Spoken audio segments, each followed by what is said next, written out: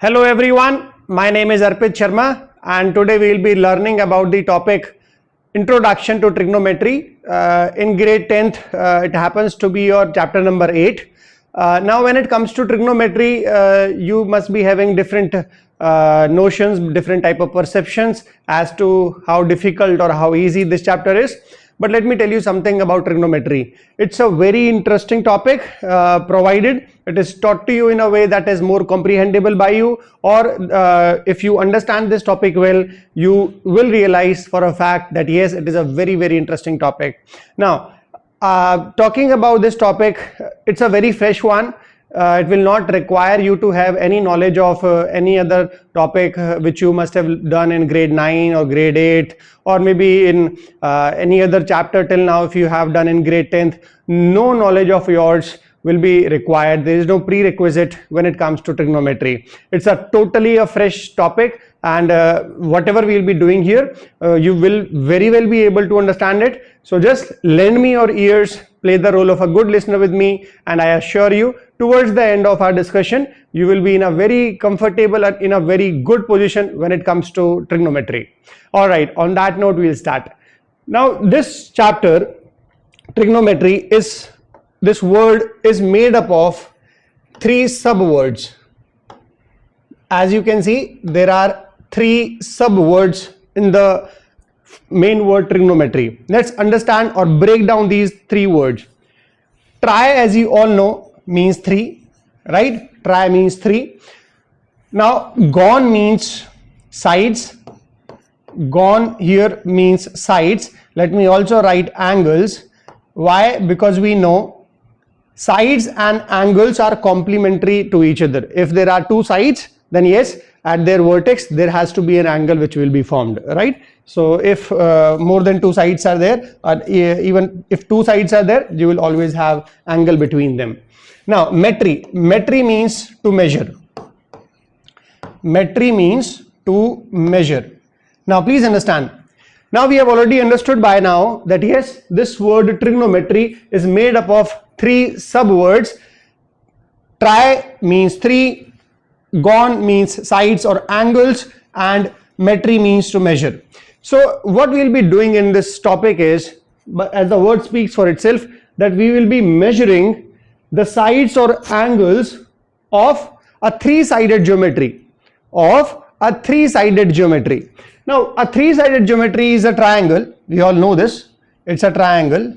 Now, to make things even more interesting and even more simple, right now in grade 10th, we will only and only be dealing in right angled triangles, and directly the use will be there in right angled triangles only. We will only be applying this in straightforward right angled triangles, right? So this is a right angled triangle ABC. Now here, this angle which is the right angle, we all know that the side which is opposite to right angle is the hypotenuse, right?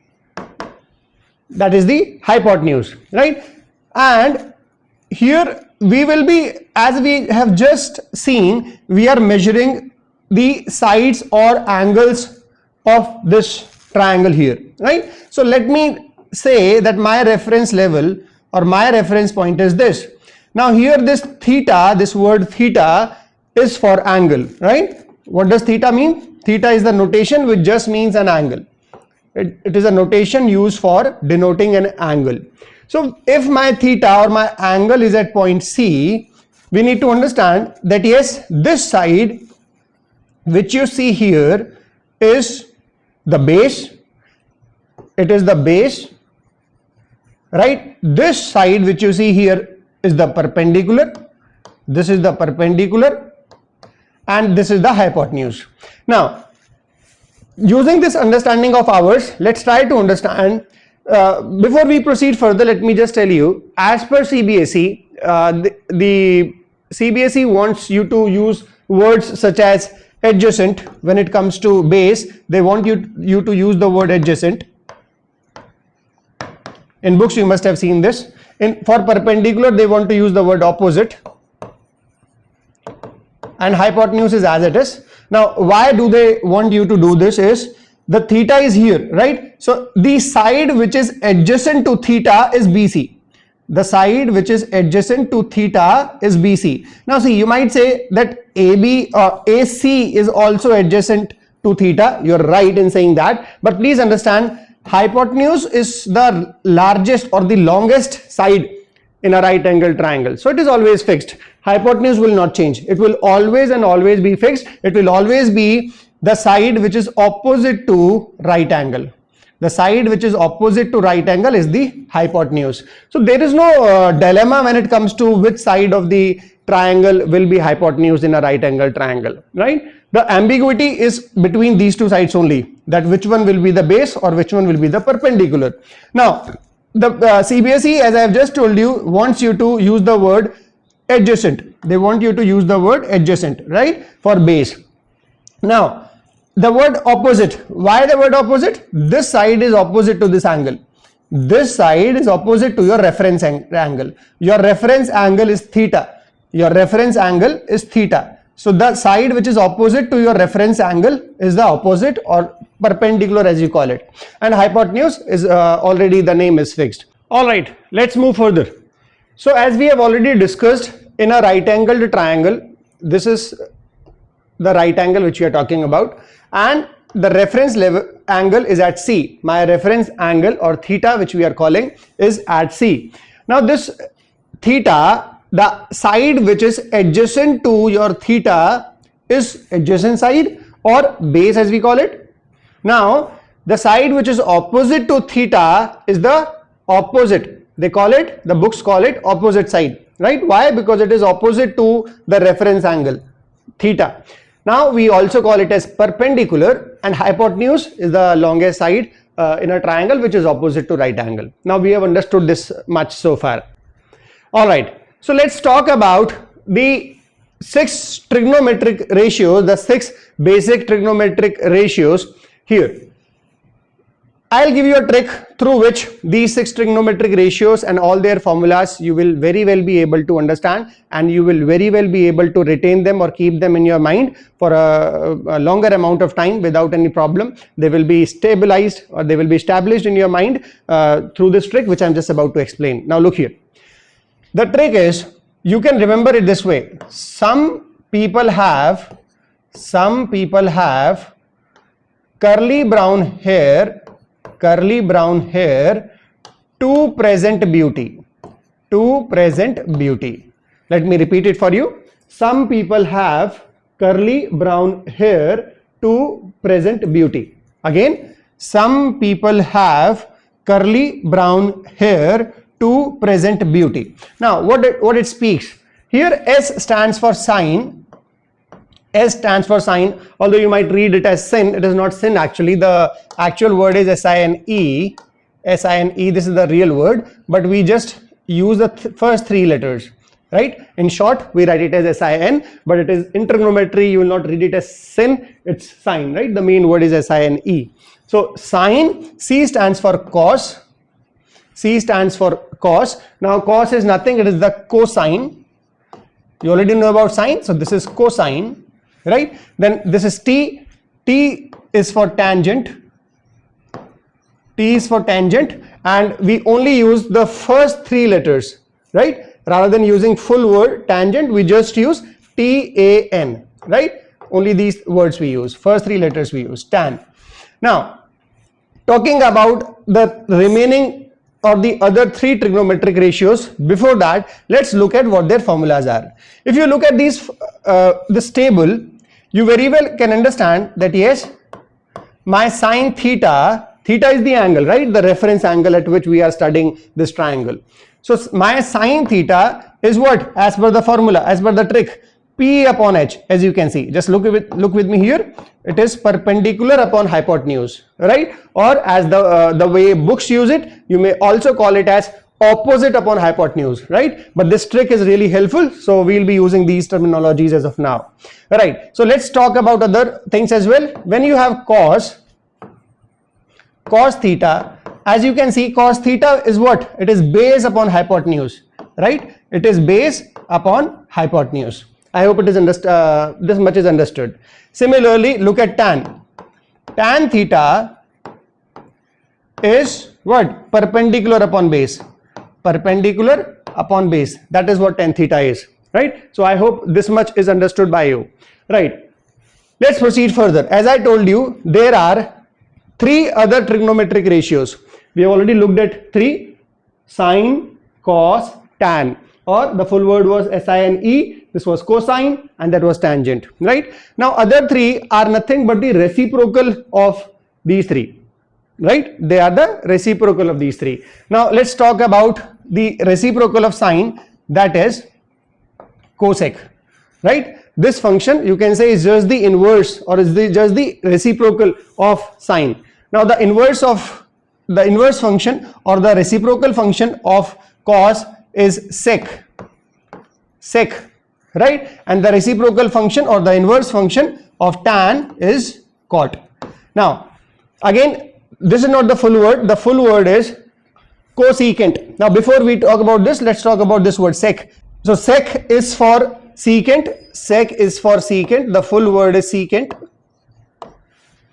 What is cosec? Cosec is, if you just apply co here, so it will be cosecant, right? So in short we write it as cosec, like this we write it in short, right? Sec is for secant, cosec is for cosecant, right? So the first 5 letters are used. Now cot is cotangent. We have already looked at this word. Tan, this is cotangent, right? So rather than using the full word, we only use the first 3 letters, hence we write it as cot. So I believe all these 6 trigonometric ratios are clear to you so far. Now if you have understood this table is really helpful in you remembering the formulas when it comes to all these 6 trigonometric ratios. Just by looking at this table you can understand that yes, sine is P upon H, cos is B upon H, tan is P upon B. Similarly, cosec is H upon P, sec is H upon B, and cot is B upon P, right? So let me just quickly write them here. What is your cosec theta? Just look at your table. You don't have to memorize the formulas at all. If you just know how to draw this table in boards, in your exams, you can easily draw this table in your rough, right? And from there, just by looking at it, you can understand which formula you will be using for which trigonometric ratio. For example, cosec is H upon P, H upon P. Similarly, your sec theta is H upon B, H upon B. And lastly, my cot theta is what? B upon P, right? B upon P. So I believe all these 6 formulas, all these 6 trigonometric ratios, you will very well be able to follow them if you just know how to draw this table. Let me give you a quick recap. Some people have curly brown hair to present beauty, right? So I hope if you draw this table, just by looking at it, you will very well be able to understand and recall which formula will be used in which trigonometric function, right? So this completes the basic introduction of the first exercise. Now on this note, let's try to do certain questions. Now please look here. We'll quickly understand or consolidate this learning of ours through some questions. Let's look at question number 1. It is told to us that in triangle ABC, right angled at B, AB is 24 centimeter, BC is 7 centimeter, and you need to determine these things. Okay, so before we actually solve this question, let us try to draw a figure for this. When it is told to you that there is a right angle triangle, let's say this is my right angle triangle I'm talking about. Now they have told me that it is right angled at B and AB is 24. So AB is 24 centimeters, BC is 7. So BC is 7 centimeters. And you need to determine sin A, cos CA and all these things. Now before we find out any particular trigonometric ratio, let's first complete the triangle. Now when I say complete the triangle, what do I mean?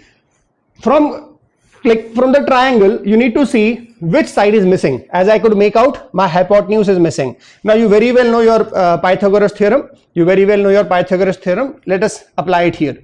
So my AC square will be equal to AB square plus BC square, right? This is what my Pythagoras theorem is. So let me quickly apply the values. My AB is 24. So 24 square plus BC. My BC is 7. So 7 square. So 24 square is 576. 7 square you know is 49. So this will give you 625. Right? So AC square is equal to 625 and hence AC will be equal to how much? Yes, that will be equal to 25 centimeters, right? So let me write it here. So my AC is equal to 25 centimeters. So in any question of trigonometry, if the two sides are given to you, first try to complete the triangle using Pythagoras theorem, and then once the triangle is complete, now we are good to go when it comes to finding out any particular trigonometric ratio. Alright, so let's proceed further. I believe this much is understood, so I'll just erase this part. Let's move further here. In the first part, they have asked you sin A and cos A. Let's talk about it one by one. Now when they have said sin A, when the question is telling me find sin A, means my theta is at A, right? This is what it means. Now look here, when they ask me to find sin C, what do they ask me? They are telling me that yes, your theta is at C, right? So just by reading the trigonometric ratio, whichever is given to you, or whichever trigonometric function is given to you, for example sin C, that means you know that okay, my theta is at C, right? But right now here my theta is at A. Alright, so my theta is at A. Now you very well know this is base. Why? Because this is the adjacent side, right? So wherever there is theta, there is base. Let me repeat it. This you need to keep in your mind. Wherever there is theta, there is base. Now what do I mean? For example, if I redraw this figure ABC, right? This is my figure. Now please understand, when they were asking me to find sin A, I said my theta is at A. But now they are asking me to find sin C. That means my theta is no more at A. My reference angle has shifted to C. That is what sin C means. I hope you have understood the difference between sin A and sin C. Sin A means your theta is at A. Sin C, as you can see, the angle is C here. So my theta has shifted itself to C now. My reference angle is C. Alright, so let's proceed further. When you have your theta at A here, now this is your base. This is a perpendicular, this is hypotenuse. As I just said, wherever there is theta, there is base. So on keeping that thing in mind, you tell me if your theta is at C, so where is your base now? Yes, very good, you've understood it well. Your base is BC. As I just said, wherever there is theta, there is base. If my theta is here, this is my base. When my theta was at A, this was my base. I repeat, when my theta is at C, this is my base. When my theta was at A, this was my base. I hope you have understood. Right. So this is my base, this is my perpendicular, and this is my hypotenuse. Right. Here, this is my base. I have written B for it. This is my perpendicular, and hypotenuse is always fixed. So yes, this is my hypotenuse. Let me try to solve now the question. They have asked me sin A. Now if you know the trick which I have told you in the previous slide, let's try to redraw it here. Some people have, try to say it after me, some people have curly brown hair to present beauty, right? Some people have curly brown hair to present beauty. So you very well know this is sine, this is cos, this is tan. So let's use this table. They have asked me sin A. So sin A means what? What is the formula? P upon H. Let me first write down the formula. Perpendicular upon hypotenuse, right? So my sin A in terms of my side, which is my perpendicular? My perpendicular is BC. I hope you're understanding, because there was theta, so this is base. Hence I have written B there, you know, this B. B for base. Here I have written P. This P is for perpendicular, and this is my hypotenuse. So my perpendicular is BC. Let me write down the name. Perpendicular is BC upon hypotenuse. Hypotenuse is AC, right? So my sin A is BC, which is 7 upon hypotenuse, which is 25. So this is my answer when it comes to sine A. Alright, I hope you have understood this much. Let's try to find out cos A also. When they have asked me to find cos A, the formula for cos, you don't have to memorize the formula as I've told you. You just need to know how to draw this table. You can draw this table in boards or in your exam, in your rough page, and then you can easily use it in all the questions. Now let's talk about cos. Now my cos formula is B upon H. Just by looking at the table, you can understand that yes, cos is B upon H. So B upon H. So in terms of sides, my cos is cos A base. Base is AB, right? We have already written it. AB upon hypotenuse AC. So let's just put the values. My cos A will be equal to AB, which is 24, and hypotenuse, which is 25. I hope so far so good, right? This much I hope everyone has understood. So let's proceed further now. In second part, they have asked me to find sine C. Okay, sine C. So I have already written, if my theta is at C, this is my base, this is my perpendicular, this is my hypotenuse. Okay, so sine C. Now let's write down sine C is equal to, you already know the formula. Formula is perpendicular upon hypotenuse. Let me write down perpendicular upon hypotenuse. So my sine C here, sine C. What is my perpendicular? My perpendicular is AB now. Please understand the difference. Here my perpendicular was BC. This was my perpendicular when the theta was at A. But right now the theta is at C. As I told you, where there is theta, there is base. So my theta is here. This is my base. That is my perpendicular. So perpendicular and base will change their position with respect to theta. I repeat, the perpendicular and base, these two sides will change their position with respect to theta. Wherever theta will go, base will also shift itself, right? Now, so sine C is AB upon hypotenuse, which is AC.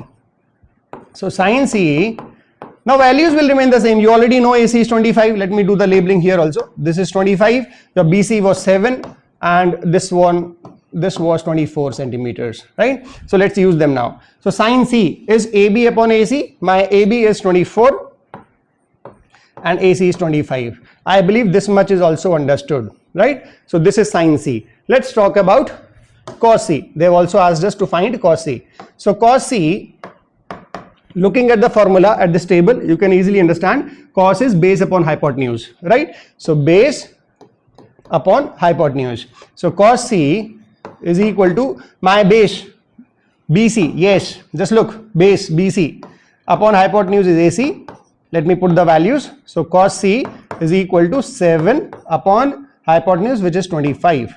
I hope this much is understood, right? So this completes this question of ours, right? I believe this much is understood. Let's proceed further.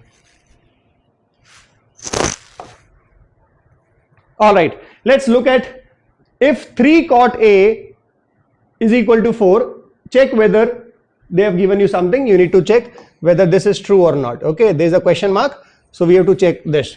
Now if they have given us 3 cot A is equal to 4, now you very well know we are learning trigonometric ratios. You know, it's a ratio, so you better bring this 3 there. So my cot A can be written as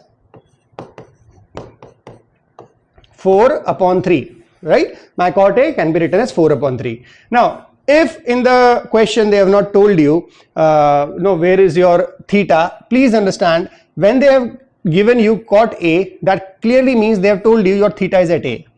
Your theta is at A. So you can construct a figure as per your own convenience. Now let's say A, B and C. You can also start from here also, A, B and C. Totally depends upon you. So let's say my A is here, so my theta is here because they have told me cot A. So if this is my theta, this is my base. Where there is theta, there is base.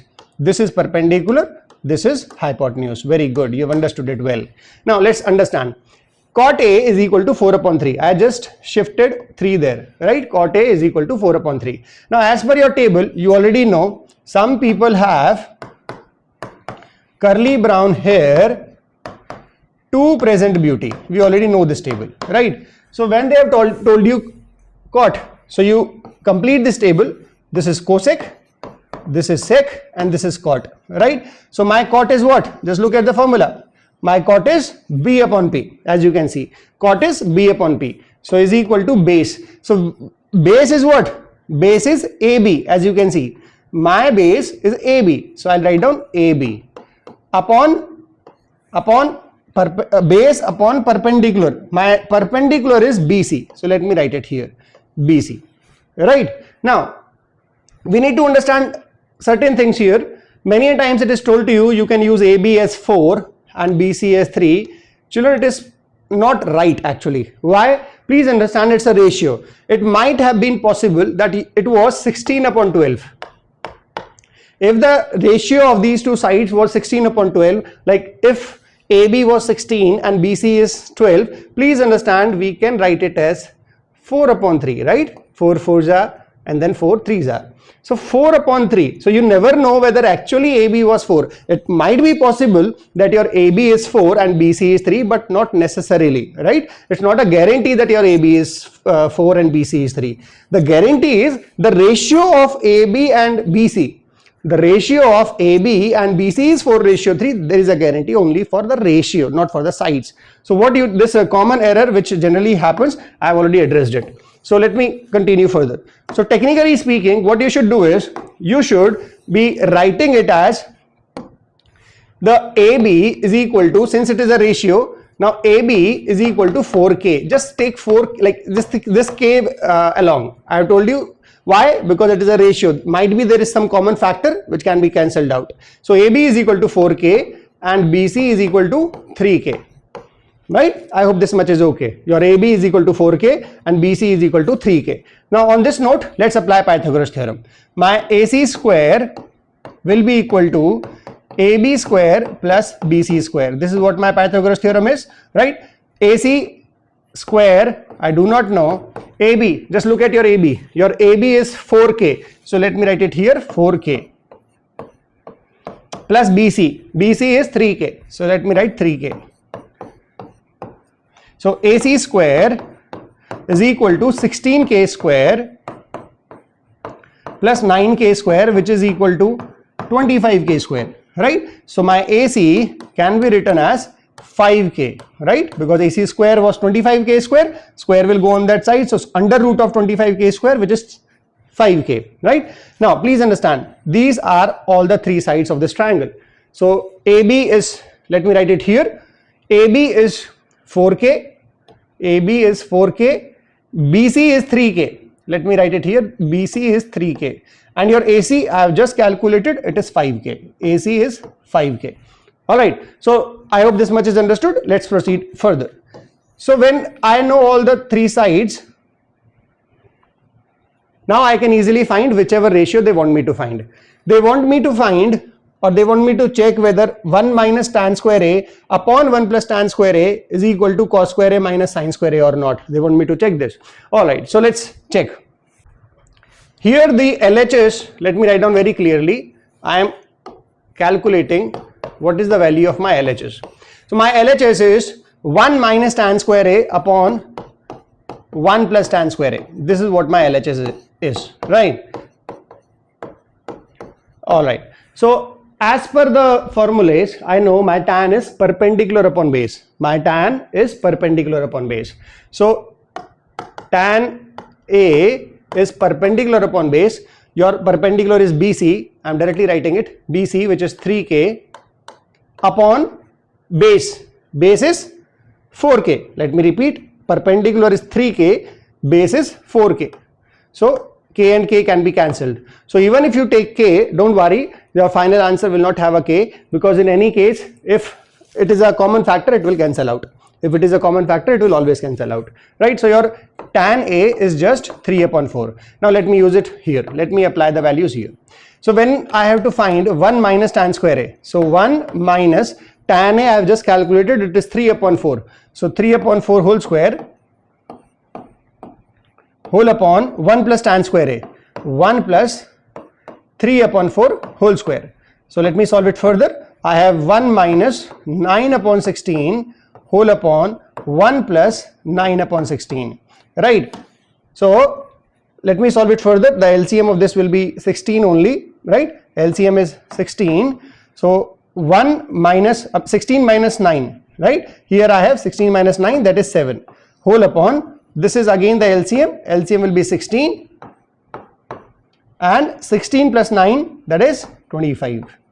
16 plus 9, that is 25. So you very well know this can be brought up, or you can directly cancel it from here also, but for to make sure everybody is able to follow it, let me bring it up. So 7 upon 16 into 16 upon 25.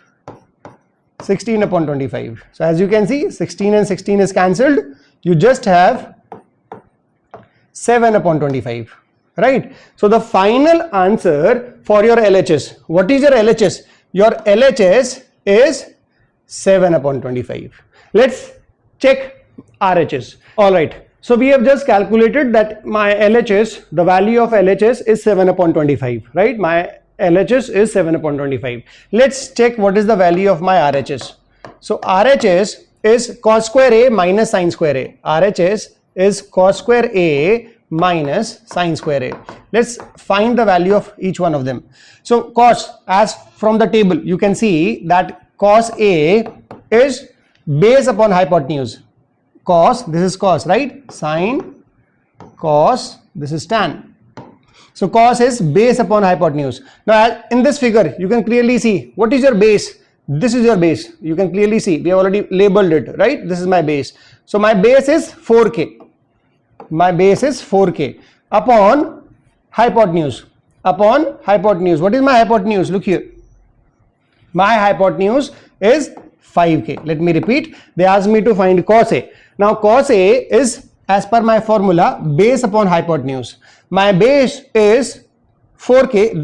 This side is my base, 4k, and my hypotenuse is 5k, right? So k and k can be cancelled. I can just write 4 upon 5. All right, let's talk about sin A. Let's find sin A now. So sin A, from the table you can clearly see my sin A, the formula is P upon H. What is your perpendicular? Just look here. Perpendicular is 3k. This is your perpendicular, right? From this table you can clearly see which side is your perpendicular. BC. Let me write the side also.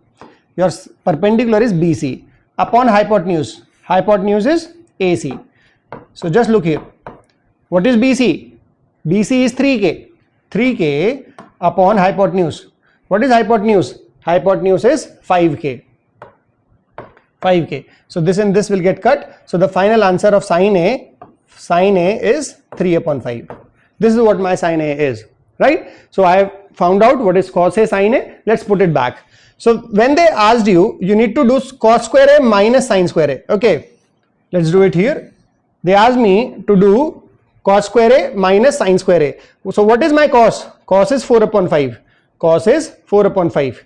So 4 upon 5 whole square minus sin square A. What is sin? Sin is 3 upon 5. Sin is 3 upon 5. The square. So I need to do the square. Right? So let's match. What am I getting? So 16 upon 25 minus 9 upon 25. After taking the LCM, I realize it is 16 minus 9, and hence I am getting 7 only. So is it same? Just see. Your RHS is also 7 upon 25. Your LHS was also 7 upon 25. So what will we say? We will say, therefore, 1 minus tan square A upon 1 plus tan square A is equal to cos square A minus sin square A. When we will learn the identities which are in the last exercise of this chapter, you will realize from identities also we can prove that yes, 1 minus tan square A upon 1 plus tan square A can be written like this, right? But that is a part which we will look in the last exercise. When we will be doing the last exercise of this chapter, you will realize no need to do all this thing. You can directly see whether 1 minus tan square A upon 1 plus tan square A can be written like this or not using identities, right? But that is a understanding which we will develop in the last exercise of this chapter. All right, so let's proceed further. So first exercise has been covered. We have discussed the concept. We have discussed the questions through which you will very well be able to do the first exercise. Now we will start the second exercise. We will start the concept of the second exercise. Now 8.2 discusses that you need to know that there are certain angles or certain basic angles for trigonometric ratios.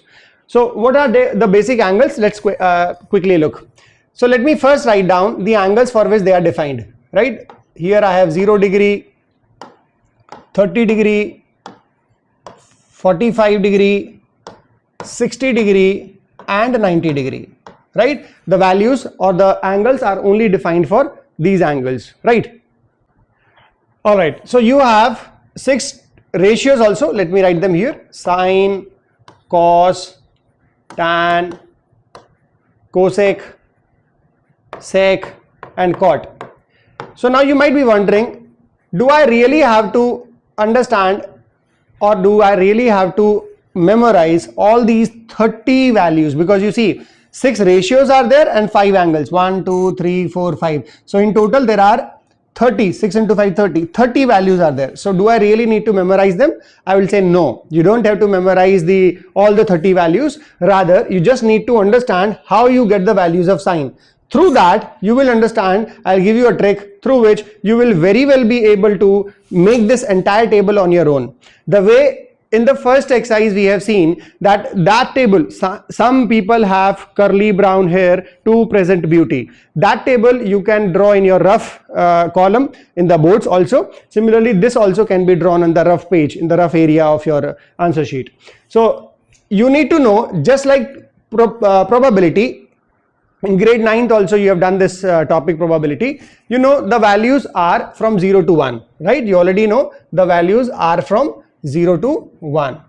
Now these 0 to 1, only 3 values you need to understand between them, which are 1 upon 2, 1 upon under root 2, under root 3 upon 2, under root 3 upon 2.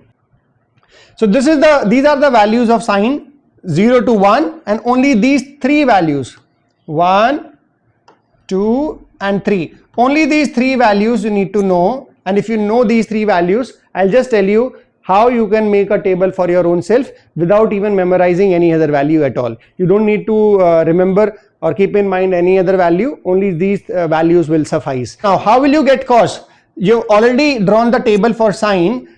Cos is like, sine was from left to right, right? You are writing from left to right, but here in cos you will be writing from right to left. That's it. Sine was from left to right, cos is from right to left. That's it. Means the last value will become the first value, second last value will become the second value. This will come here, second value will go in second last, and first value will go in last, right? I hope this much is understood. If you know how to draw sine, cos is nothing. In sine you were going from left to right, in cos you will be coming from right to left. That's it, right? So I have written the values of cos also. All right, now let's look at tan. Now before we look at tan, I need to tell you something. This value we all know, this table we all know. Some people have curly brown hair to present beauty, right? We already know this. So if I ask you, like, this is my sine, this is sine, this is cos, and this is tan, right? So if I ask you what is the value of sine theta, you will tell me that it is P upon H, perpendicular upon hypotenuse. Then if I ask you what is the value of cos theta, so if I am dividing the value of cos theta with it, so upon, what is my cos? Cos is B upon H, right? So if I take this up, what will I have? I will have P upon H into H upon B, right? This will be the reciprocal. So H upon B. So as you can see, H and H is cancelled. I am just left with P upon B. So my sine theta upon cos theta is P upon B. Now do you realize that yes, P upon B was in my table also. So what is P upon B? Yes, very good. Your P upon B is tan. So hence I can say that sine upon cos, look here, sine upon cos, which I have just calculated, sine theta upon cos theta is equal to P upon B, right? I have just calculated sine theta upon cos theta is P upon B, and my P upon B is nothing but tan. So I can say, I can generalize this rule that yes, sine theta upon cos theta will always be tan theta. What is my tan theta? Tan is nothing but sine upon cos. Tan theta is sine theta upon cos theta. Alright, let's come back to our table now. We have already looked tan theta, let me write it here. Tan theta is sine theta upon cos theta, right? It is sine upon cos. So let's look. Tan is sine upon cos. So 0 upon 1, 0. 1 upon 2, whole upon root 3 upon 2. 2 and 2 will get cut. I am left with 1 upon root 3. 1 upon 2, root 2, 1 upon root 2. Same values are in the numerator and denominator, so 1. Root 3 upon 2, 1 upon 2. 2 and 2 will get cancelled. Root 3 upon 1, or we can only write it as root 3. Now 1 upon 0. You already know whenever 0 comes in the denominator, we write it as not defined. We write it as not defined. Right? Alright. So cosec. We have already seen from this table, which we have just drawn here also. Here comes what? Cosec. Here comes sec. Here comes cot. Right? So cosec is nothing but the reverse or the inverse operation of sine, right? So sec is the reciprocal of cos, cot is the reciprocal of tan. This table is telling you already. So we will use this knowledge only in our table. So cosec is the reciprocal of sine. So 0, if there is nothing, there is 1, right? So 0 upon 1, the reciprocal will be 1 upon 0, and 0 comes in the denominator. That means it will become not defined, right? If 0 comes in the denominator, it becomes not defined. Now 1 upon root 2. 1 upon root 2, 1 upon, right? So let's look at second value, 1 upon 2. You will again do the reciprocal, 1 upon 2. The reciprocal will be 2 upon 1 or just 2. The reciprocal will be root 2. The reciprocal of this number will be 2 upon root 3, right? And here the reciprocal of 1 is 1. Alright, now sec. What is sec? Look from this table. What is sec? Sec is the reciprocal of cos. Just look, sec is the reciprocal of cos. So let us draw or write the values of sec now. Sec is the reciprocal of cos. The reciprocal of 1 is 1. Reciprocal of root 3 upon 2 is 2 upon root 3. Reciprocal of 1 upon root 2 is root 2 upon 1 or just root 2. Reciprocal of 1 upon 2 is 2. Reciprocal of 0 is again what? Not defined, because 0 will come in the denominator, and if 0 goes in the denominator, that value happens to be not defined, right? Okay, now cot. You already know from your table that cot is the reciprocal of tan.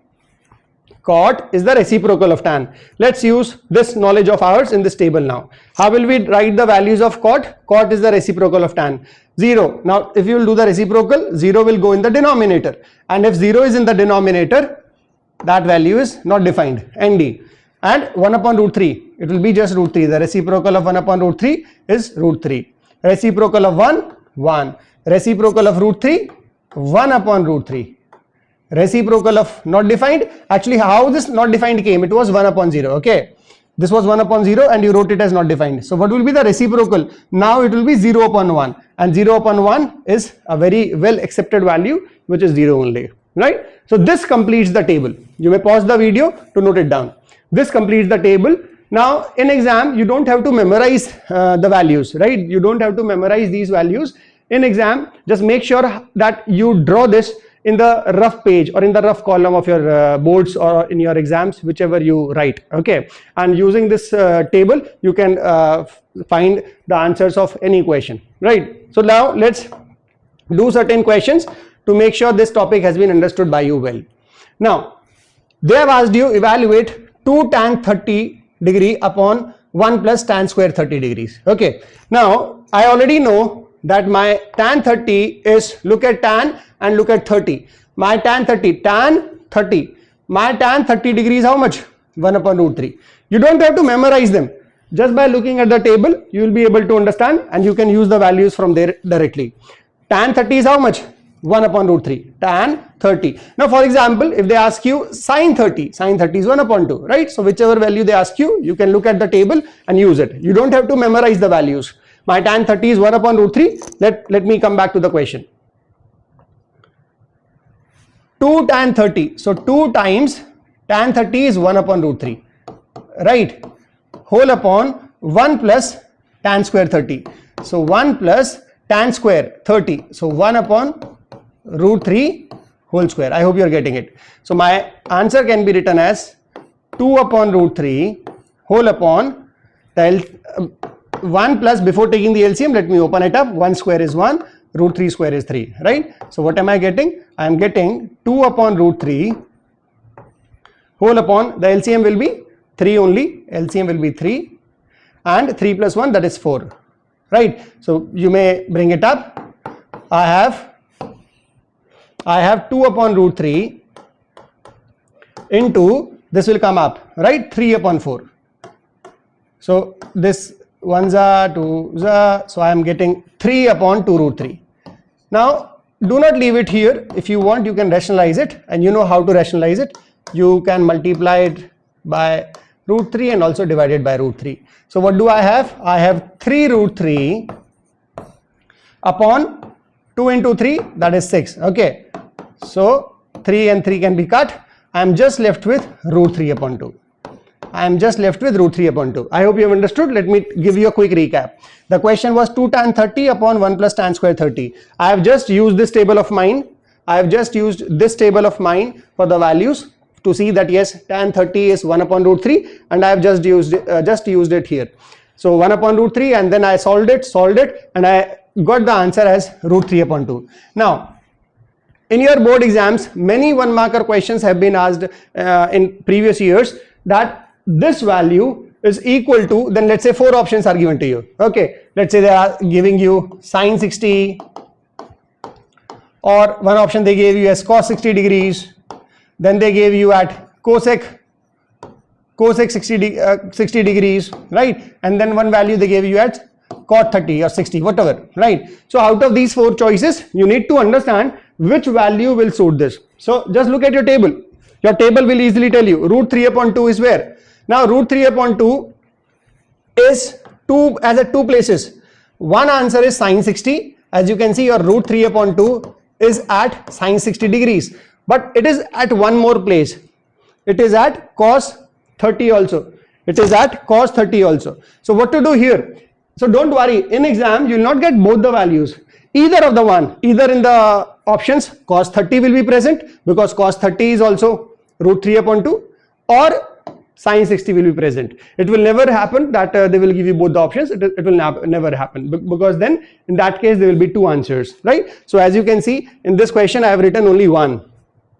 You have to see whether root 3 upon 2 was sine 60, cos 60, cosec 60, or cot 30, and you will understand that yes, root 3 upon 2 is sine 60 degrees. So if it comes as 1 marker or in MCQs, you can understand that yes, the value of root 3 upon 2 or the value of this thing was sine 60 degrees, right? Let us proceed further now. So the final question of the day which we will look at is this. They have told me if tan of a plus b is equal to root 3 and tan of a minus b is 1 upon root 3, where a and b are acute angles, then find a and b.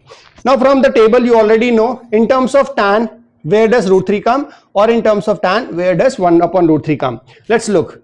In terms of tan, my root 3 comes at 60 degrees. Just see for yourself. In terms of tan, my root 3 comes at, in terms of tan, my root 3 comes at 60 degrees. Root 3 comes at 60 degrees. They also gave me 1 upon root 3. So 1 upon root 3 is what? In terms of tan, 1 upon root 3 is at 30 degrees. Okay, so let me use this table and solve this question. So root 3 can be written as tan 60 degrees. We have just looked at the table. Root 3 can be written as tan 60 degrees. So tan of a plus b, I have copied LHS, is equal to tan 60. So on comparing, I can say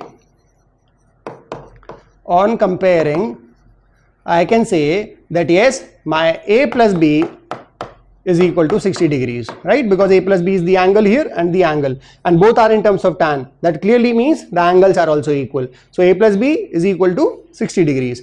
Same thing I have to do here. Tan of a minus b, tan of a minus b is equal to 1 upon root 3. We have just looked at the table that yes, 1 upon root 3 was tan 30 degrees. See, the values were root 3 and 1 upon root 3. Let me show you again.